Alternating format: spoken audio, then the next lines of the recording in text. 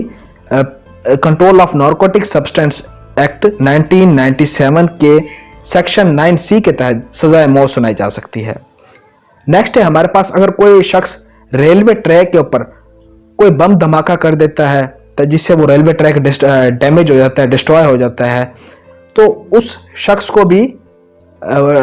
Railway amendment act 1995 کے section 127 کے تحت سزائے موت ہو سکتی ہے. ناظرین نیکسٹ ہے ہمارے پاس کہ اگر کوئی شخص پبلکلی کسی دوسرے کا قتل کر دیتا ہے اور سوسائٹی اور پبلک خوف میں مبتلا ہو جاتی ہیں, دہشت میں مبتلا ہو جاتی ہیں, تو اس دہشت گرد کو 7A اینٹی ٹیررزم ایکٹ 1997 کے تحت سزائے موت سنائی جا سکتی ہے. فردر ہے ہمارے پاس اگر کوئی بھی فوجی افسر یا سپاہی حکومت کے خلاف بغاوت کر دیتا ہے یا دوسرے فوجیوں کو حکومت کے خلاف بغاوت کرنے پر اکساتا ہے تو ایسے فوجی کو